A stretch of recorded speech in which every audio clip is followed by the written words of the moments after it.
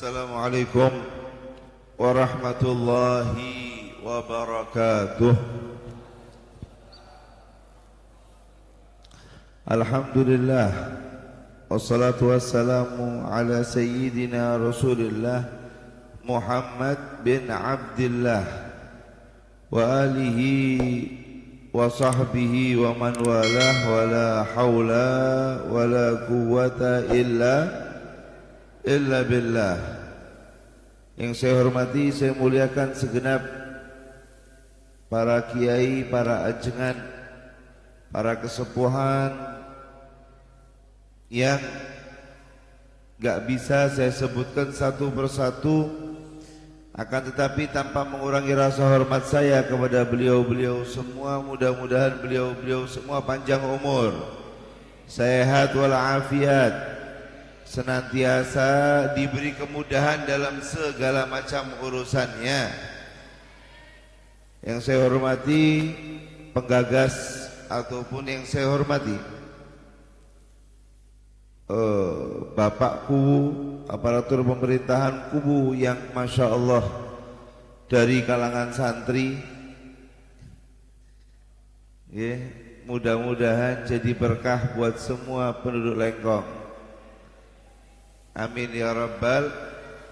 Pak Kubu yang saya hormati dan semua kru tim Rolling Kopi di Desa Lengkong ini dan sekitarnya, yang semoga Allah Subhanahu wa taala panjangkan umur beliau-beliau semuanya, senantiasa diberi sehat walafiat dan tetap semangat dalam menjadi wadah untuk umat Nabi Muhammad sallallahu alaihi, menjadi wadah untuk memfasilitasi umat Nabi Muhammad agar mendekatkan diri kepada Allah Jalla Jalaluhu wa Ta'ala Allah. Karena tidaklah dibuat suatu majelis yang seperti ini kecuali tujuannya untuk menjadikan majelis ini wasilah agar hamba Allah itu semakin dekat dengan Allah. Maka itu Al-Habib Umar bin Muhammad bin Salim bin Hafid, beliau berkata dalam satu kajian majelisnya, kata beliau, tidaklah aku bangun pesantren ini Darul Mustafa dan tidaklah aku buat majelis ini kecuali tujuannya untuk membawa, untuk mendekatkan setiap hamba kepada Tuhannya Allah Jalla Jalaluhu wa Ta'ala azamatuh. Karena kalau sudah hamba ini dekat sama Tuhannya, maka semua urusan hamba-hamba ini akan mudah semuanya. Setiap hamba yang dekat sama penciptanya, maka pastinya kehidupan hamba tersebut akan lebih bahagia, akan lebih tertata, akan lebih menyenangkan, akan lebih menenangkan. Akan tetapi sebaliknya, kalau hubungan hamba itu jauh dari Tuhannya, hubungan hamba itu enggak memiliki kedekatan istimewa dengan Tuhannya, maka otomatis hidupnya tidak akan bahagia, hidupnya tidak akan merasakan sesuatu yang dinamakan ketenangan. Karena kalau orang yang jauh dari Tuhannya Allah, dia mungkin bisa senang, mungkin, tapi dia belum bisa tenang. Ayeuna urang sadayana ngaliung di dieu, kumaha rasanya? Pasti hatinya lebih tenang. Betul. Kenapa? Karena di dia ayeuna urang sadayana caket ka Gusti, dekat sama Allah. Maka itu ikhwani rahimakumullah, terima kasih banyak untuk Pak Ku dan semua kru Rolling Kopi yang ada di Desa Lengkong dan di sekitarnya ini. Semoga menjadi wadah yang baik untuk umat agar dekat dengan Tuhannya Allah Jalla Jalaluhu wa Ta'ala azamatuh. Dan yang saya hormati, saya cintai semua yang hadir di majelis ini, bapak-bapak maupun ibu-ibu yang ada di belakang, yang adik-adikku sekalian, para pemuda dan para pemudi, yang semoga kita semua dipanjangkan umurnya oleh Allah, diberi sehat walafiat oleh Allah, dimudahkan semua urusannya oleh Allah, dilancarkan semua urusannya oleh Allah. Ya Allah, ridhai kami semua ya Allah. Ya Allah, rahmati kami semua ya Allah. Ya Allah, kabulkan hajat kami semuanya ya Allah. Ya Allah, yang lagi sedih di antara kita, jadiin bahagia ya Allah. Yang lagi galau, jadiin tenang ya Allah. Yang lagi sumpek, jadiin senang ya Allah. Nu seueur hutangnya mugian lunas ya Allah. Nu jomblo mugian cepat ketemu jodohnya ya Allah. Kuwu ikut amin juga. Nanti dilaporkan tuh ke buku nanti. Masya. Semoga orang tua kita panjang umur yang masih hidup, sehat walafiat, dilancarkan semua urusannya oleh Allah. Orang tua kita yang telah meninggal dunia, semoga kuburannya dijadikan sebagai keponan sorga, diterima amal baiknya, dihapuskan seluruh dosanya, dan semoga pasangan hidup dan anak-anak kita dijadikan saroleh sadayana. Amin ya rabbal alamin. Ikhwani rahimakumullah, puji syukur senantiasa kita panjatkan kehadirat Allah Jalla Jalaluh wa Ta'ala Azamatuh, yang sadar tidak sadar, dipikirkan apa tidak, urang saidayana ayeuna jadi tamunya Gusti Allah. Tamunya Gusti Allah apa tamunya rolling kopi? Tamunya Gusti Allah. Karena ini di mana ayeuna sadayana? Di masjid rumahnya saha? Rumahnya Gusti Allah. Kalau yang kita lihat ayat jamuan di dia, ini hanyalah jamuan dari manusia yang kalau kita makan perut kita kenyang. Tapi jamuan dari Gusti Allah berupa rahmatnya, rahmat di Gusti Allah.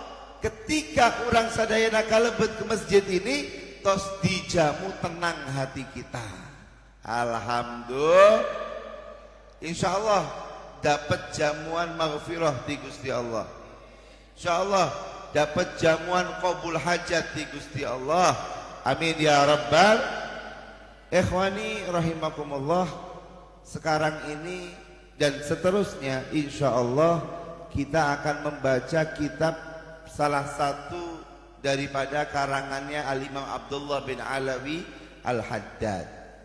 Kitab naon Habib? Kitab namina Al-Wasaya An-Nafi'ah.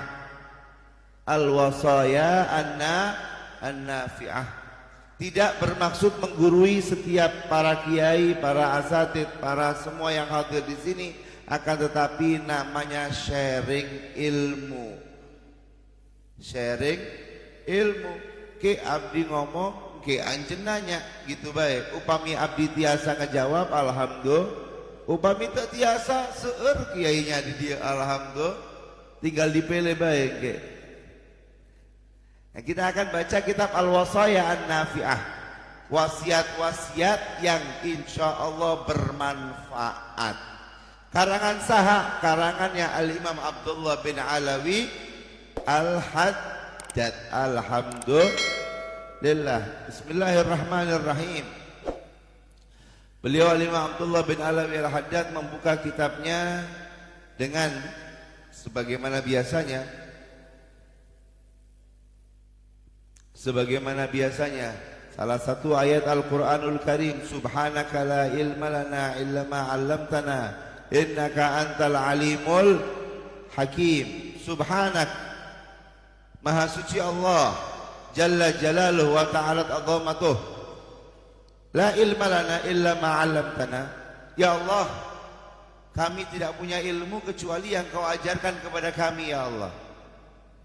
Innaka antal alimul hakim, Engkaulah ya Allah yang maha mengetahui dan maha bijaksana ataupun maha memiliki hikmah di situ.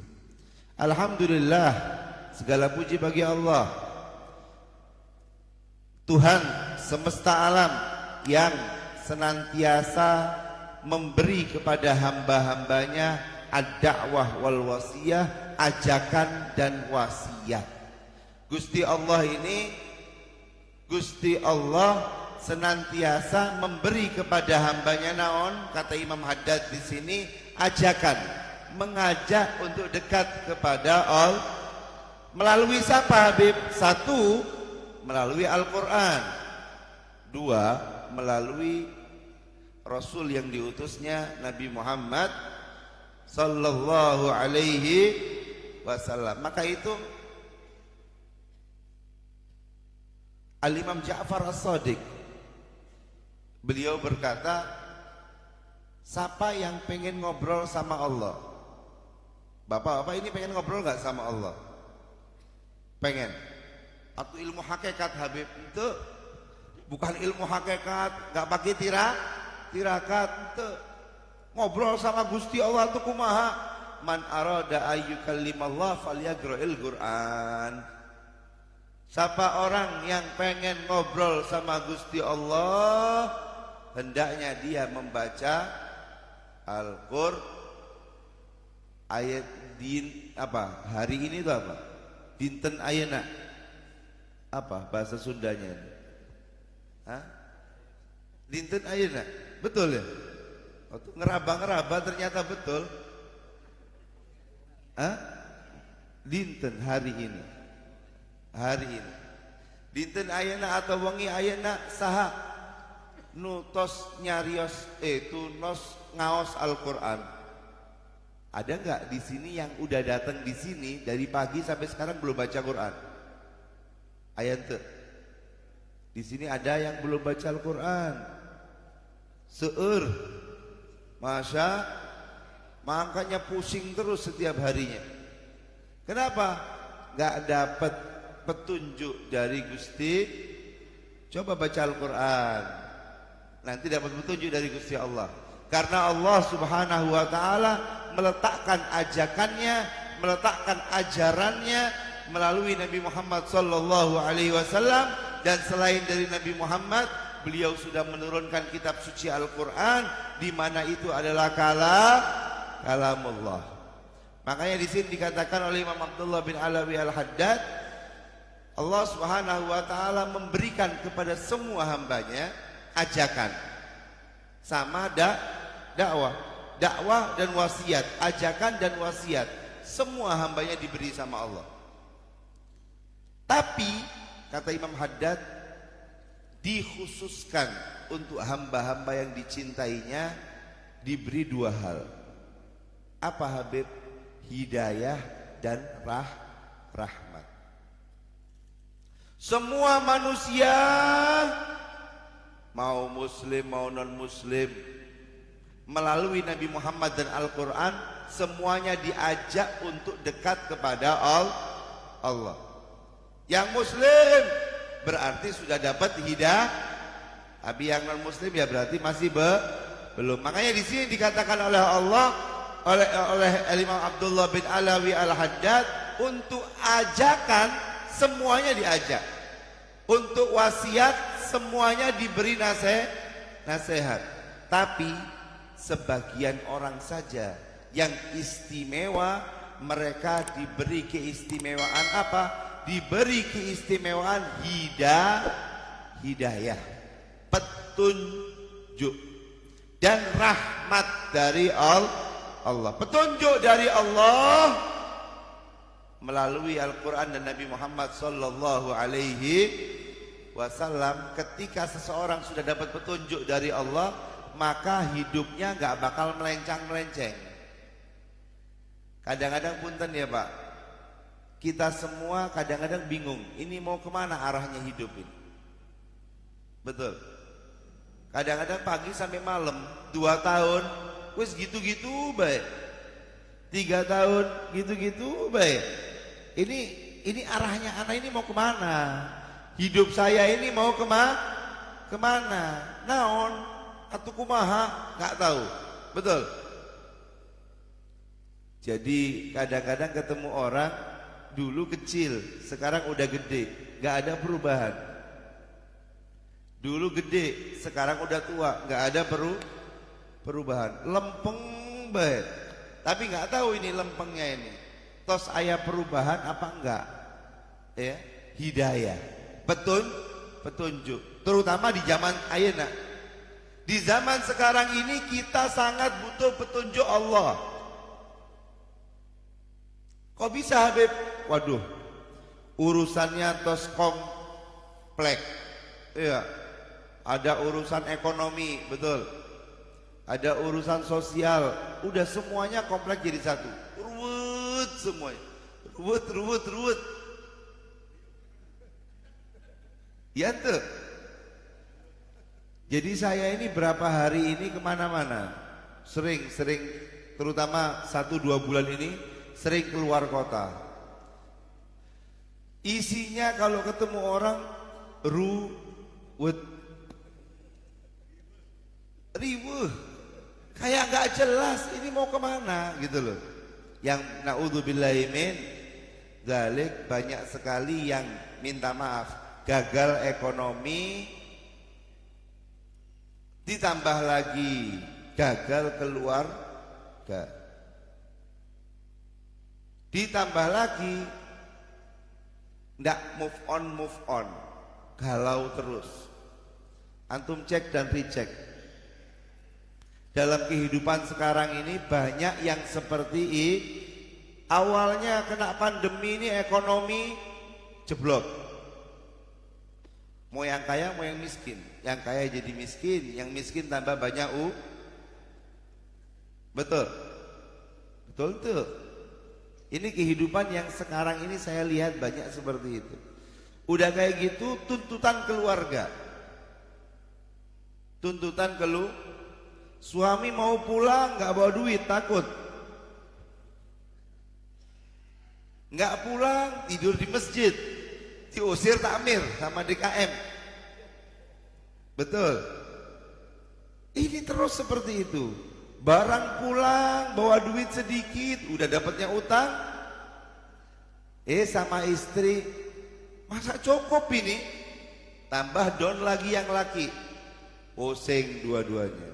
Riweuh dua-duanya. Betul. Setelah itu naudzubillahi min, yang bertahan, yang enggak bertahan akhirnya naudzubillahi min dalik, berpisah. Setelah itu dua-duanya galau. Ya karena cinta masih ada. Wis, ikatan batinnya masih kuat. Suami istri cintanya masih tapi gara-gara keadaan yang ini menuntutnya kayak gini, akhirnya pisah. Dua-duanya galau, nggak ada yang move on. Yang ini diem nggak tahu kemana, yang itu diem nggak tahu kemana.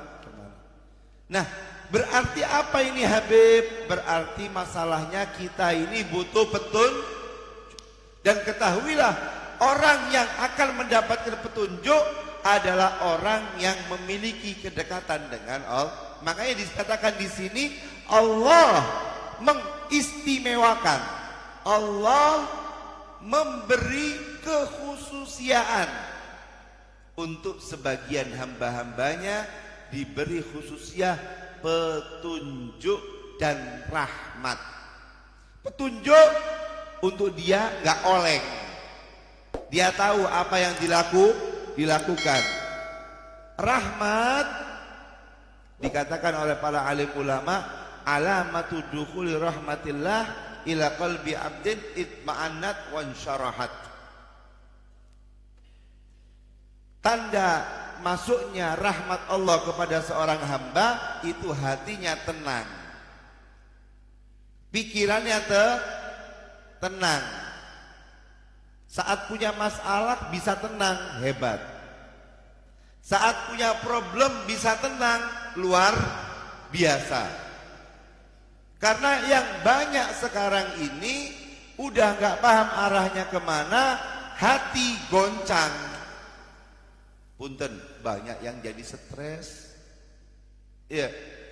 Banyak yang langsung ngambil ilmu tarekat, barangkali langsung di dompetnya aya duit. Itu banyak. Ayeuna ini kumaha caranya ini dompet jadi duit atau apa, daun jadi duit. Oh, banyak macam-macam. Mengambil jalan pintas. Masya. Inilah yang apa Habib?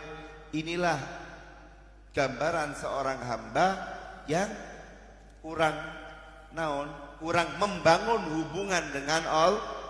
Coba dong bangun hubungan dengan Allah.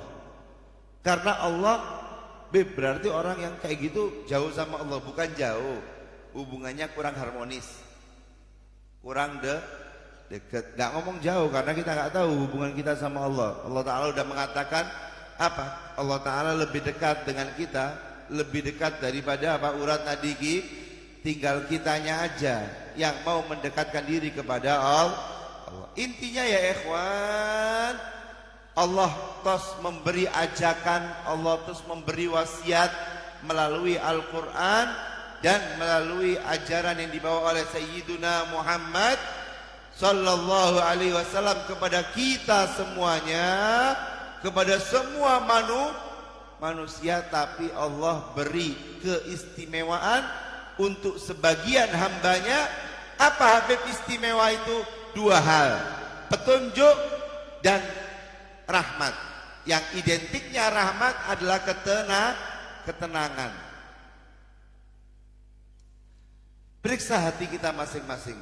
Ketika kita dapat problem atau kumaha, hatinya goncang, galau, ngamuk-ngamuk, emosian, apa ente? Tandanya ya hati masing-masing yang tahu. Kalau lagi dapat masalah kumaha, kalau lagi istrinya ngambek kumaha, kalau lagi suaminya ngamuk kumaha,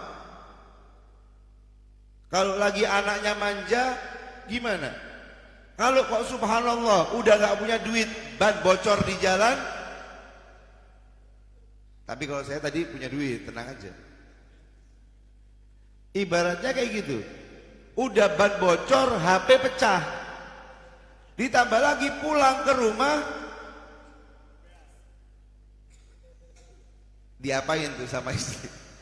Hah?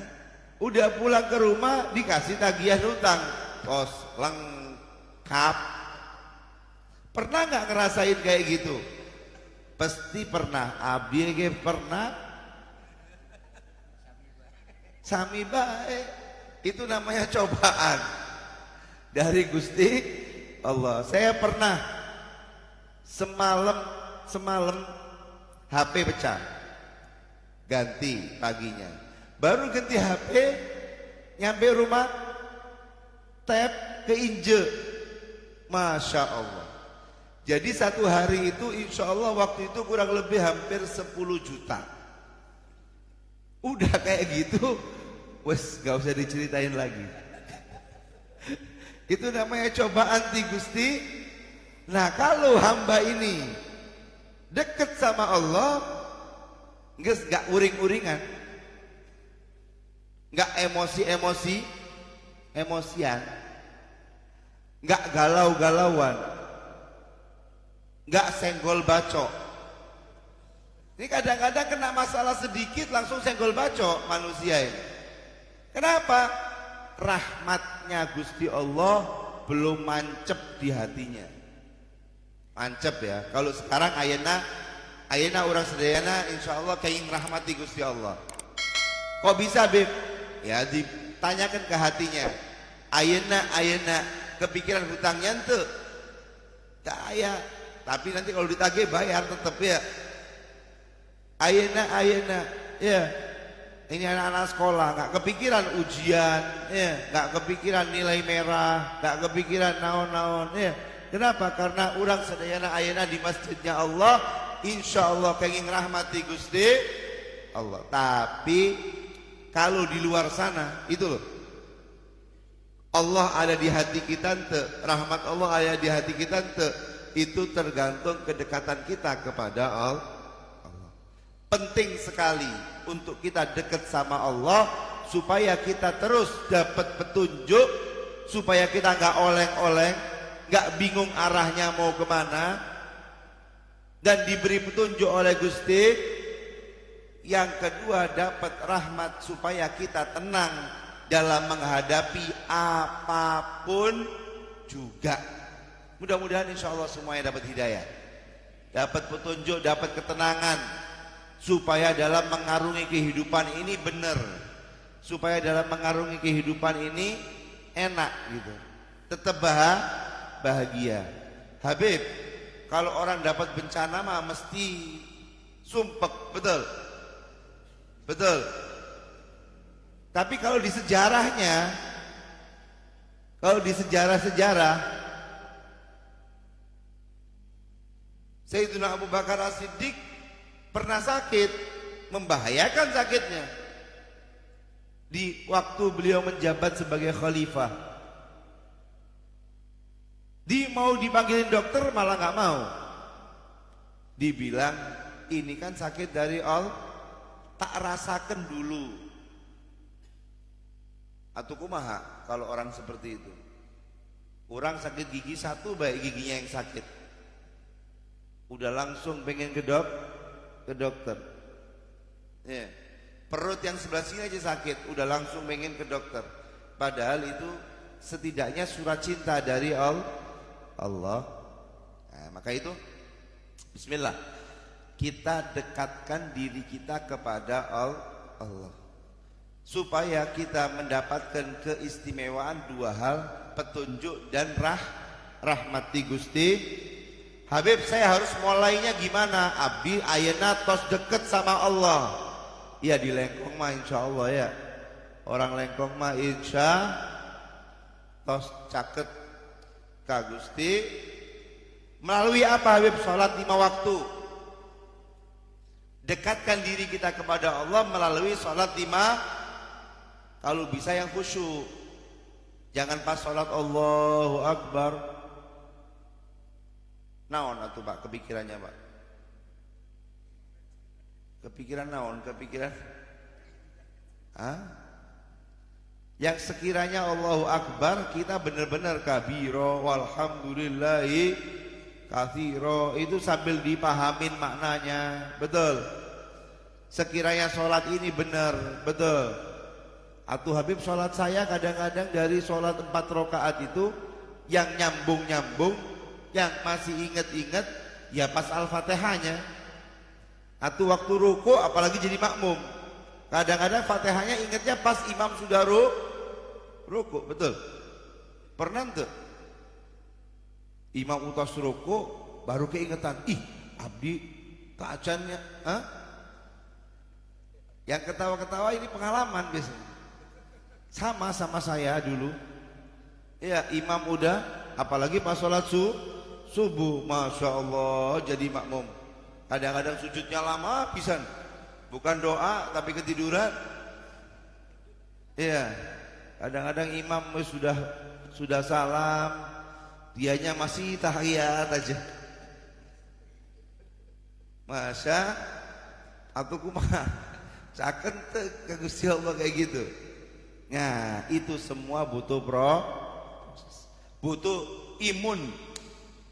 Ayeuna orang sadayana butuh imun. Bukan imun untuk corona, tapi imun untuk iman. Sholat 5 waktu yang kita kerjakan, ya, memang kita sebagai hambanya Allah yang banyak kurangnya, betul. Tapi tetap wajib kita berusaha untuk khusyuk. Bagaimana Habib supaya saya dekat dengan Allah? Kira-kira Pak, kira-kira apunten pisan abdi. Upami ditanya, kan namanya sholat itu adalah tempat terdekatnya hamba kepada Allah, apalagi pas sujud. Tapi dengan sholat yang kita lakukan, tos caket tuh ka Gusti Allah. Dengan sholat yang kita lakukan, kumaha kalau ditanya seperti itu? Kira-kira upami seperti saya. Kalau saya jawabannya belum. Belum, karena kadang-kadang, bukan kadang-kadang, sering Allahu Akbar, Bismillahirrahmanirrahim, Alhamdulillah. Kalau jadi imam aman. Kalau jadi makmum itu loh ya kadang-kadang rada kemana-mana, betul. Jadi imam rada kemana-mana, waduh bisa 5 rakaat, 10 rakaat nanti. Kalau jadi imam biasanya lebih aman. Jadi makmum Allahu Akbar, kadang kita kemana-mana, Masya Allah. Nah, kalau saya pribadi, saya menganggap sholat saya kalau boleh dibilang sudah mendekatkan diri banget kepada Allah, belum melalui sholat saya, karena kualitas sholat saya masih jauh dari sempurna. Berarti kita butuh tambahan agar kita dekat dengan Allah. Dengan apa Habib? Dengan apa Pak kira-kira? Ibu-ibu tuh ayah di situ. Dengan apa kira-kira ibu-ibu untuk dekat dengan Allah? Kira-kira untuk dekat dengan Allah butuh waktu khusus untuk Gusti Allah. Untuk dekat dengan Allah butuh waktu khusus di mana handphone kita mati. Handphone mati, izin dari semuanya. Ya, suami ngomong sama istrinya, "Bu, tos jangan dicolek abdi." Ya, bade naon? Bade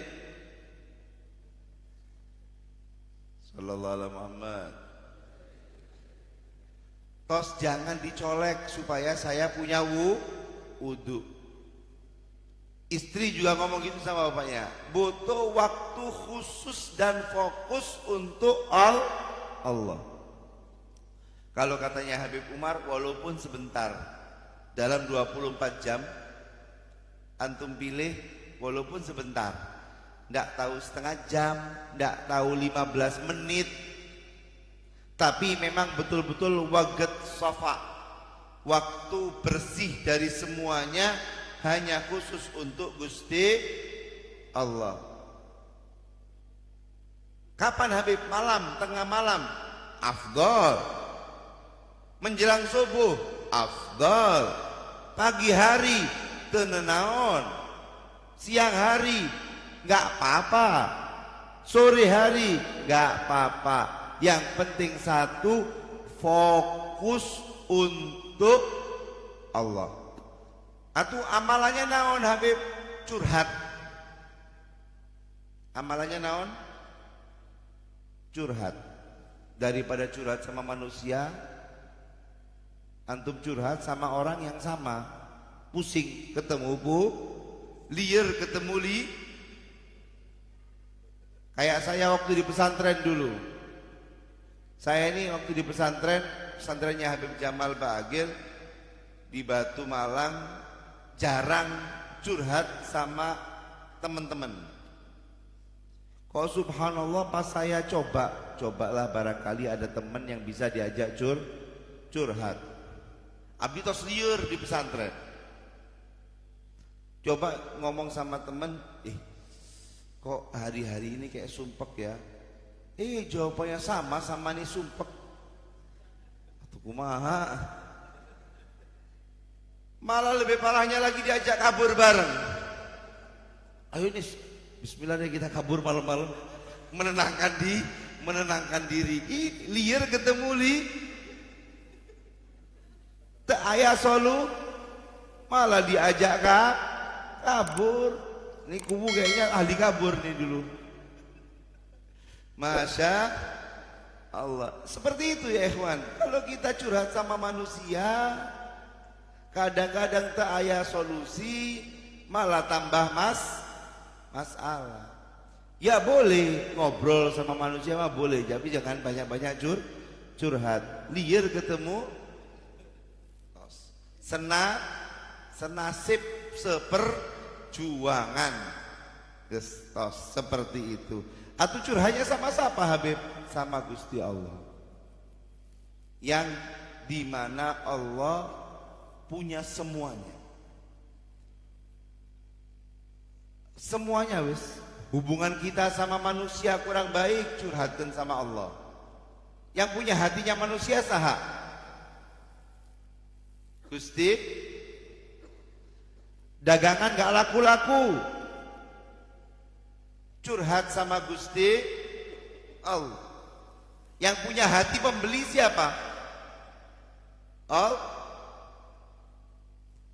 Kayak seperti ada salah satu yang sudah saya anggap paman saya sendiri. Namanya Ammi Syekh bin Abdurrahman Al-Idrus. 1 bulan mebelnya nggak ada yang laku sedikit pun, 1 pun nggak ada. Curhat sama Allah, tapi kebangetan curhatnya. Tapi mungkin dari hati yang bersih ya. Beliau berkata gini, ya Allah, apa maksudmu ya Allah? Sudah 1 bulan gak ada yang laku ya Allah. Tapi ini benar-benar dari lubuk hati yang paling dalam, dan hati yang bukan main-main. Itu sambil nangis dia ngomong. Malam-malam saksinya ayah saya sendiri. Katanya ayah saya, ajib nih katanya doanya. Gimana Allah disalahkan ya? Apa maksudnya antum ya Allah katanya? Kok udah sebulan barang dagangan gak laku subhan. Tapi dari situ gak lama kemudian ada yang laku lagi, masya. Tapi anjen tekenging ya, tekenging ngomong, aduh ya Allah, tos jualan cireng tak laku-laku. Ya, gak apa-apa kalau kayak gitu sih. Tapi jangan dibilang apa maksudmu ya Allah. Jangan sudah ya, jangan macam-macam sama Gusti Allah. Tapi curhat ya ikhwan. Yang punya hatinya istri kita siapa? Allah. Yang punya hati anak-anak kita siapa? Allah. Semuanya Allah. Makanya saya punya sahabat, saya punya teman ngomong kayak gini, udahlah beb, saya ikhtiar sudah maksimal, alhamdulillah, tapi saya nggak mau pusing. Udah ikhtiar maksimal, terakhir saya pasrahkan Allah. Saya doa sama Allah, bagus doanya.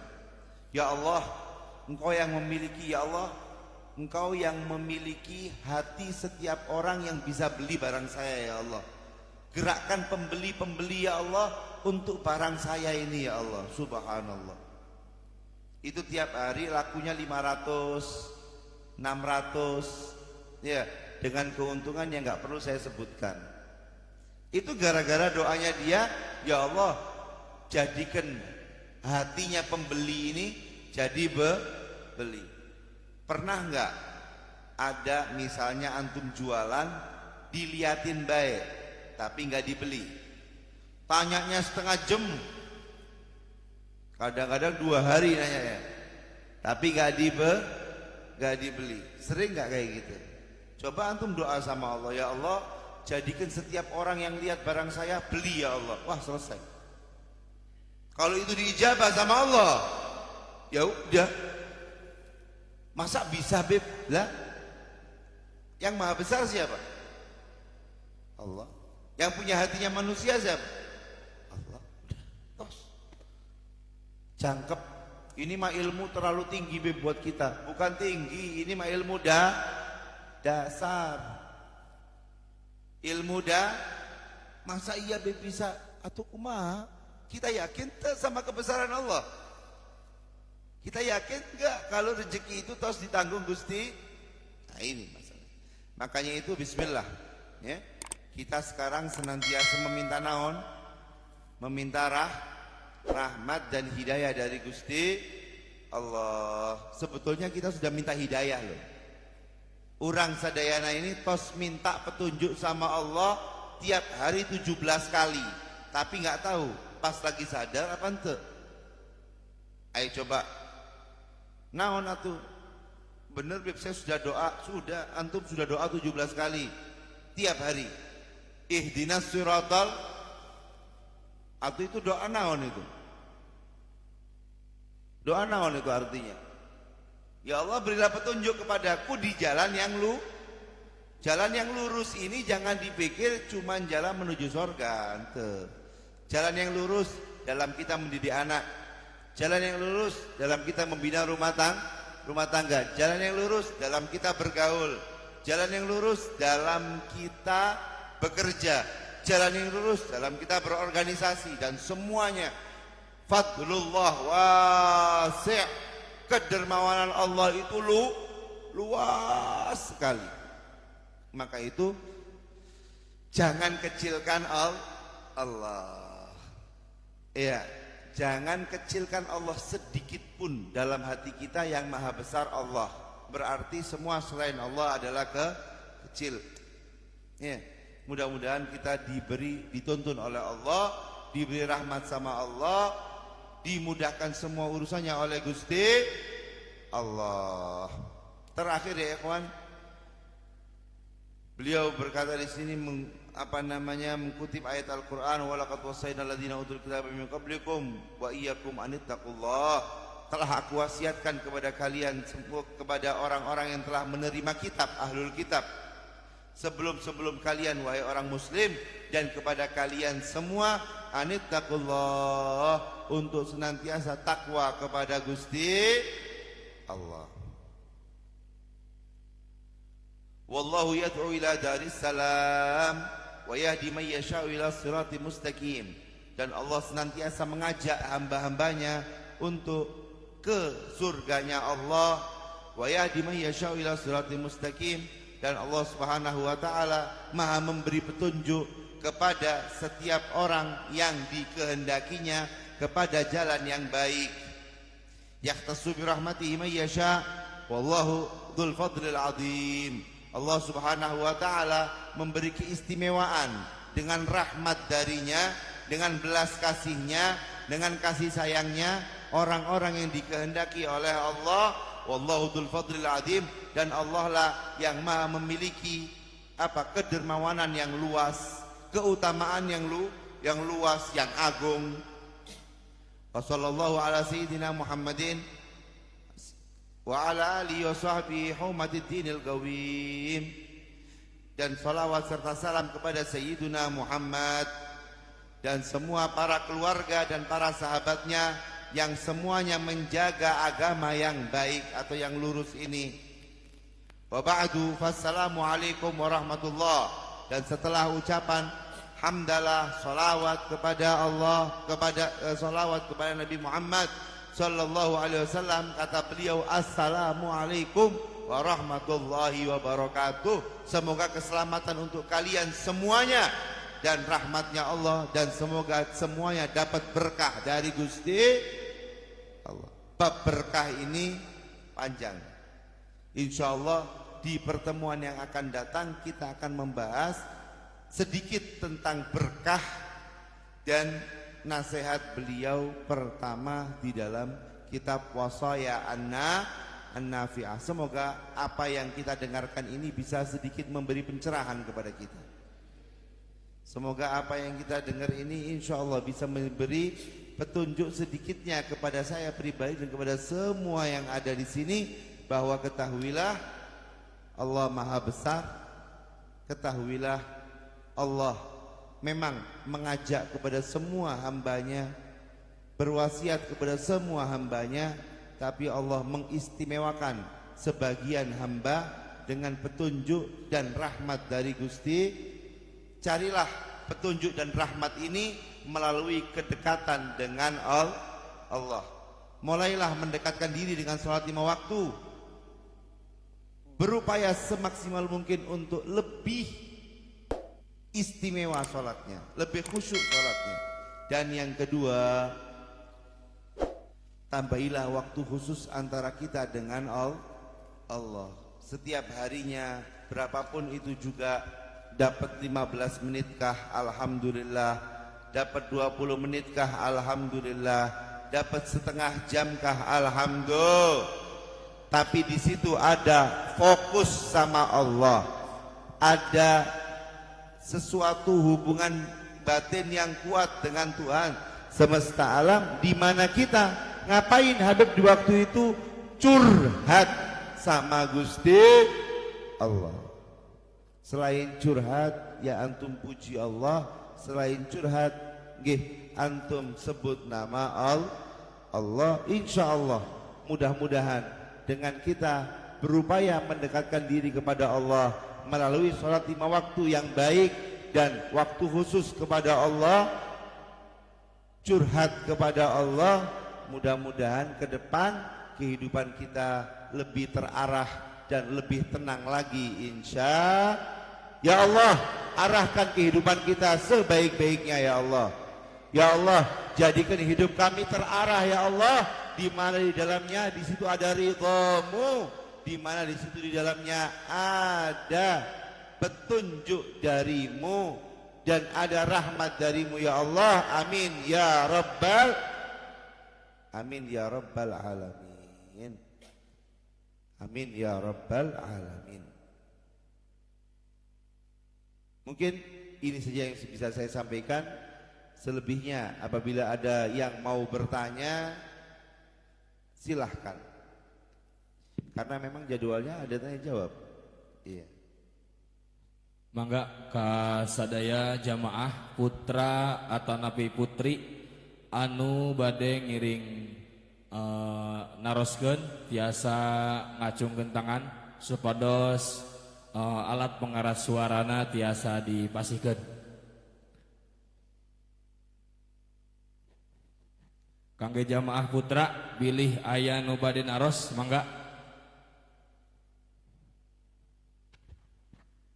Kangge jamaah putri mangga bilih aya nu bade ngiring tumaros.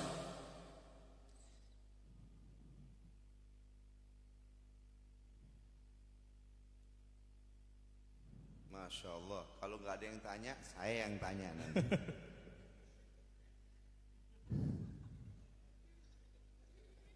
Mau?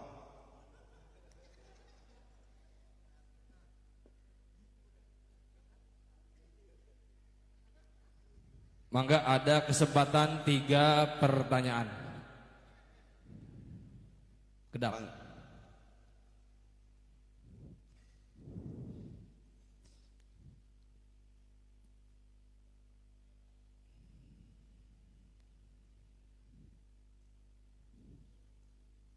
Masuk.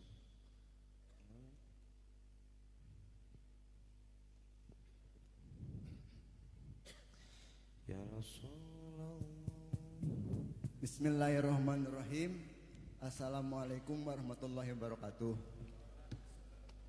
Maaf, saya mau bertanya. Setiap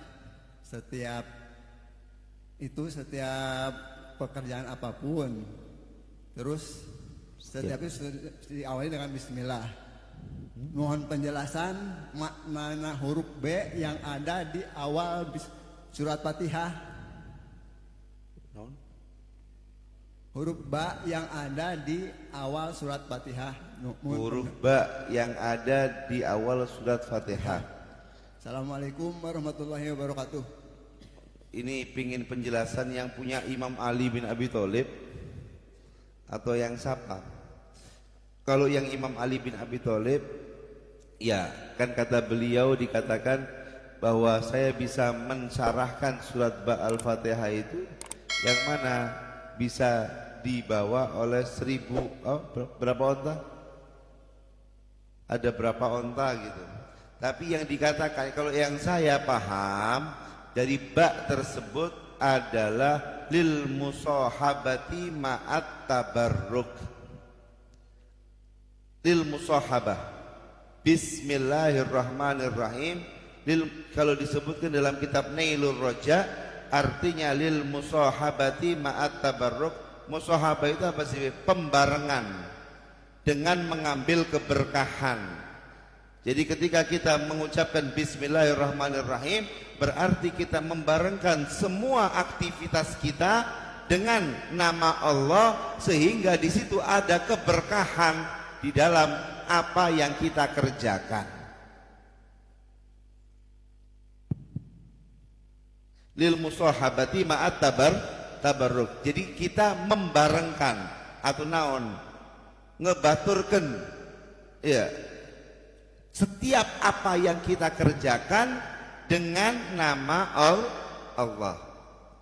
Berarti untuk apa Habib? untuk kita mendapatkan keberkahan di Gusti Allah. Karena subhanallah, ketika kita memulai semuanya dengan bismillahirrahmanirrahim, ayat keberkahan di situ. Antum makan coba nggak pakai bismillah, 2 piring masih belum kenyang. Tapi kadang-kadang 1 piring kalau pakai bismillah bisa kenyang. Jadi seperti itu. Dan semuanya, semua aktivitas kita, kalau kita mulai dengan bismillahirrahmanirrahim, bahkan disebutkan dalam kitab An-Nawadir, ada seorang perempuan yang setiap kali melakukan aktivitas itu mengucapkan bismillah. Tiap kali mau mindah barang, bismillahirrahmanirrahim. Badi makan, bismillahirrahmanirrahim. Badi naon, bismillahirrahman. Sampai suaminya itu mangkel, kalau katanya orang Jawa, pegel. Ini orang perempuan kok setiap kali bismillah terus. Dites sama suaminya, dititipin perhiasan. Nih, simpan. Setelah diambil sama istrinya, ditaruh di lemari. Bismillahirrahmanirrahim. Udah, suaminya tahu, ditaruh di lemari. Diambil sama suaminya tanpa sepengetahuan istri, dibuang ke sumur. Setelah dibuang ke sumur, suaminya kan tahu dia yang buang. Tiba-tiba minta sama istrinya, "Wahai istriku, mana perhiasan yang saya titipkan kepadamu?" "Ada di lemari." "Masa ada di lemari?" "Iya, ada di lemari." "Coba ambil." Dibuka, di lemari ada. Suaminya langsung kaget dan taubat kepada Allah. Nah itulah, kalau semuanya dibarengkan dengan bismillah, insya Allah akan menjadi berkah. Jadi maknanya bak tersebut adalah lil musahabati ma'at tabarruk, membarengkan semua aktivitas kita dengan nama Allah, sehingga untuk apa, Beb? Untuk mengambil berkahnya. Nggih. Terima kasih Habib atas penjelasannya.